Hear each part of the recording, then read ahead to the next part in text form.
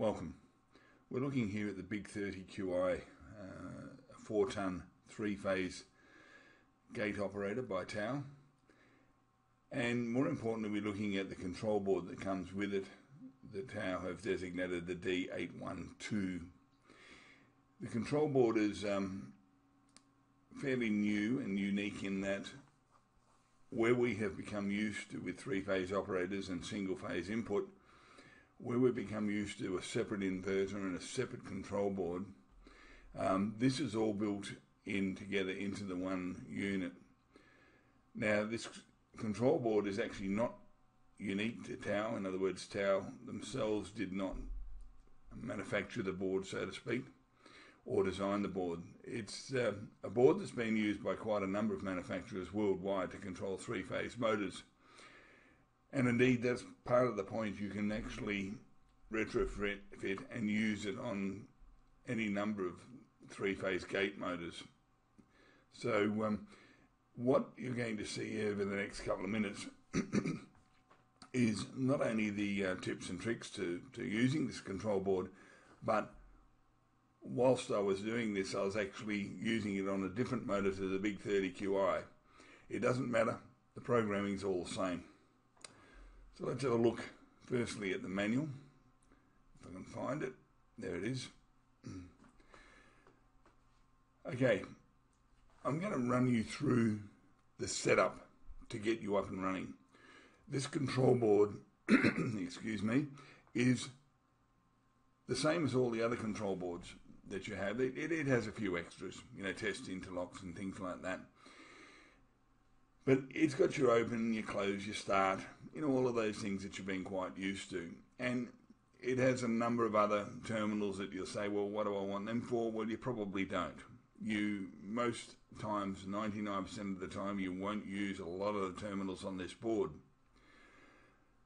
So to get ourselves started, we install this like we do any other operator. And that is, we put our loops in, right?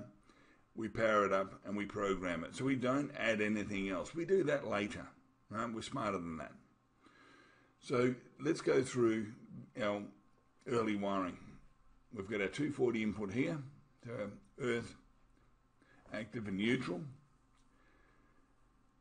We've got our limit switches here, open limit switch, closing limit switch, and is your common down the bottom here. And we have 4 loops to put in. And do put them in, it's easier. Some you can deactivate, but it's easier just to put the loops in. Right, so numbers 14, 15, 16, and down here is 20. And they all come back to this common here at 21. So it's as simple as it can get. Right, just put your loops in, right, wire in your limit switches and your power. And that's your wiring done. You're ready to go. When you look at this manual, it can be a little bit daunting to start with. All right, but just bear with me. It's not that hard. I'm going to flick through a few pages. That's the control board itself. That's where these terminals are. There's your power up the top here. Okay. All of these others, just ignore them for now. Okay. Here's our control switches for programming, which we'll do in a minute. And your motor wires over here. MF1, MF2 and MF3, so that's where your motor's attached. Let's keep moving on through programming. I'm going to take you to the part that's hard to get your head around. Okay, you don't actually run a learn sequence with this board. You set up timing, right? So everything is based on timing. And this takes a little bit of getting your head around. As it comes out of the box from Tau, we have TO1, time 01, is set at 20 seconds. Okay? I'll ignore TO2, that's pedestrian opening, so we won't bother with that for the moment. TO3 is set the start position of the open deceleration time. In other words, when the gate is opening, at what point does it slow down? And then TO4 set the start position of the closing slowdown. So the first thing you need to understand is TO1 is the total travel time. Now, this does not have to be accurate. And the first question is, well, how do I know how long the travel time is going to be? Okay, out of the box, on the Big 30 and also on the model which I'll show you shortly, that TO1 was set at 20 seconds, which equates to around about 6 metres, because it's running at about 18 metres per minute, right? Now that's adjustable, and that of course will change the time, but let's just stick with this at the moment. 18 meters per minute, okay, and about 6 metres. In my test in a moment, my gate's only 4 metres, so I had to make adjustments, and we'll go through that. Just get your head around, TO1 is your total travel time. So then we went to TO3. So it said that if my total travel time is 20 seconds, I want it to slow down as it's opening after 15. In other words, 5 seconds to slow down. So we have set TO3 at 15 seconds, or it is by default. So it counts its way to 20 seconds, and at 15 seconds it starts to slow down. Here's the trick. The closing slowdown time is set at 5 seconds. As it's closing, it counts backwards from 20 seconds back to 0. So we're saying when we get to 5 seconds, right, we want it to start slowing down.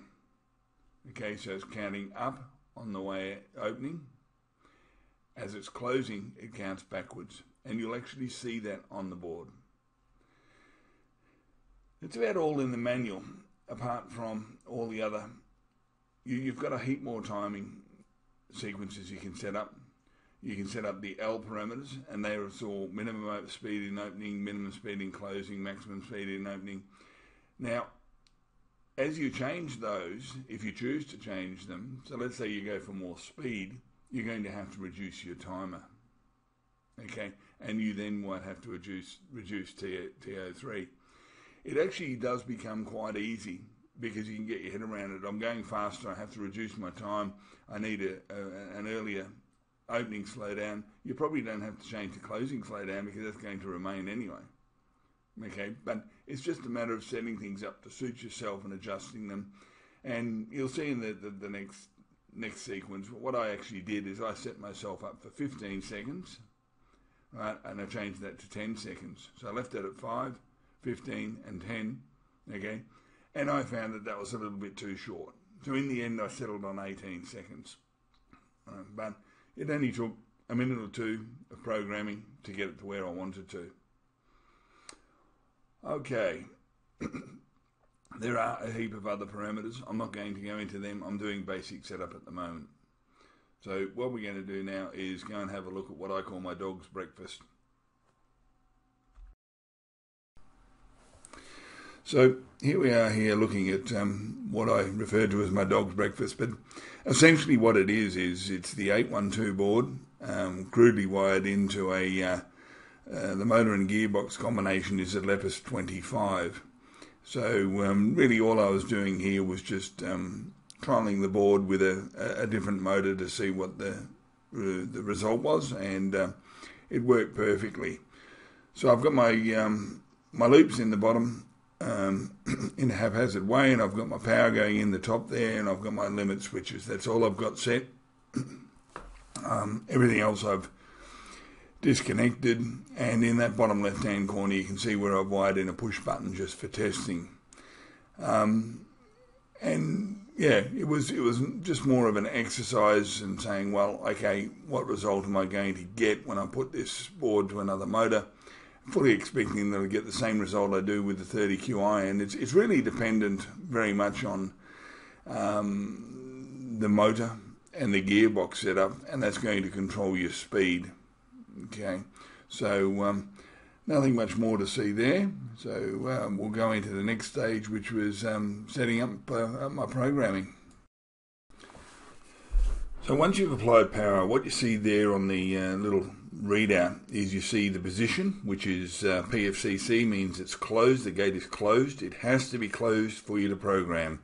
You cannot program in any other position other than fully closed. The second bit that you're seeing is the temperature of the board. Okay, and that's just normal. That's its normal readout. You can see my loops down the bottom, power in the top, and motor wires over there on the left-hand side. But that's pretty much the basic out-of-the-box setup. And we're going to program using the 3 buttons down on the bottom right-hand corner there, right next to the receiver plug-in point. Okay. Now, as I said before, I've altered this. I've already set it up, and I changed it to originally to 15 seconds, but 15 seconds was a bit short, so I changed it to 18. So to enter programming, we're going to use that top button P1, and it comes straight up as T for timing, but you can cycle through L, S, R, E, which is exit, okay, or back the other way, and you select which one you want and use P1 just to enter into the area. There we are, TO1. If we hit enter again, it tells us 18 seconds. As I said, I set it at 18, and you can alter that up and down by using the up and down arrows. We'll put it back to 18. You have TO2, which is pedestrian, set at 3 seconds. Doesn't interest me at the moment, so we'll accept that. TO3, so that's our opening slowdown time. So after 14 seconds of running, we want it to slow down at 14 seconds. We'll change that back to 14. Then our closing slowdown time, TO4, is 4 seconds because it counts backwards, as I told you. So once again, you can change it. We'll leave it at that. It's 2 buttons together takes us out. We'll search for the E. Select E, and we're back out to normal. Now, if you watch on the left-hand corner of your screen, we're going to run this, but you can also watch the timer. Okay, and you can see that the timer will count up to 18 seconds, slow down at 14. Okay. And then on the way back, it's going to count backwards to 0. So 0 is fully closed, and in this case, 18 is fully open. And 4 and 14 are our slowdown points, so to speak. All right. So we'll get hold of this push button shortly, and we'll be off and running. There we go. So it's counting up to 18, 3, 4 seconds, 5 seconds, etc. Sure, you can see that and work it out yourself. When we get to 14, we should see a slowdown. There you go. And it works up to 18. Right. That 18 does not have to be super accurate. Now it's coming backwards. But you do need it to be reasonably accurate, otherwise your slowdown times are going to be out. But you can just adjust it. It's as simple as what I just showed you then. I need to slow down, and there we go. And we're back to normal. Right? So that's as simple as it can be, and you just adjust those numbers up and down just to suit yourself. And there's not much more to the simple setup, and then you can add your bits and pieces on from there. We'll just have a quick look from outside. There we go. So at the moment it's opening at 18 meters per minute. It will slow down shortly. What I love about it is that it sort of gives you the control that we're used to with DC boards on smaller motors in a massive big 3-phase operator, and it's fabulous, and it's all in one package. It all talks to one itself, and everybody's happy.